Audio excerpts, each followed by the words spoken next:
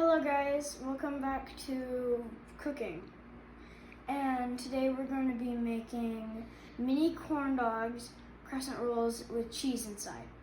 So first get 5 hot dogs and cut them in half. Then get 3 slices of cheese. Then get the crescent roll.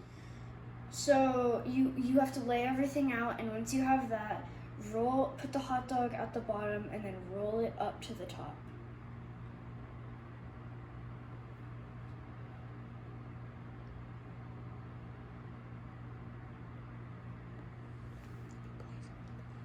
And then you place it on a baking sheet. And preheat it to 350 degrees. Then get the baking sheet and put it in the oven. Do that for 10 to 15 minutes, or if the top is golden brown. Make sure an adult helps you pull the baking sheet out of the oven. And here's the finishing product. Eat up.